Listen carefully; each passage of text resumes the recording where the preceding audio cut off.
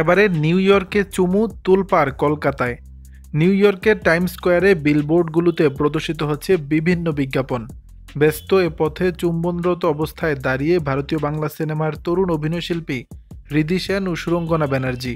হৃদি সেন তার ফেসবুকে বেশ কটি ছবি পোস্ট করেছেন। তার একটি ছবিতে এমন দৃশ্য দেখা যায়। হৃদি সেন ও সুরঙ্গনার প্রেমের সম্পর্ক রয়েছে, এ খবর সবারই জানা, কিন্তু ফেসবুকে চুমুর ছবি দেওয়ায় নেটিজেনদের একাংশ বেশ নাখোশ। অনেকে আক্রমণ করে মন্তব্য করেছেন, যার ফলে দ্রুত ভাইরাল হয়েছে ছবিটি নিয়ে চলছে আলোচনা সমালোচনা। নেটিজেনদের একজন লেখেন, এত নির্লজ্জ যে ওপেনলি ছবি পোস্ট করেছে, তোদের বাবা মাও তো দেখছে, তাদের সম্মানটা কোথায় যাবে। আরেকজন লেখেন, বিদেশের রাস্তায় বাঙালির চুমুগিরি, কেঁপে গেল সারা বিশ্ব। অন্য একজন লেখেন, একটা প্রকাশ্য চুমু খেতে এত দূর যেতে হয়, আমাদের পোড়া দেশে সংস্কৃতির এতই বাহুল্য। এমন অসংখ্য মন্তব্য ভেসে বেড়াচ্ছে কমেন্ট বক্সে।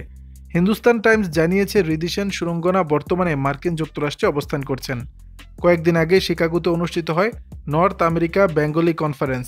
এতে যোগ দিতে যুক্তরাষ্ট্রে গিয়েছেন এই যুগল।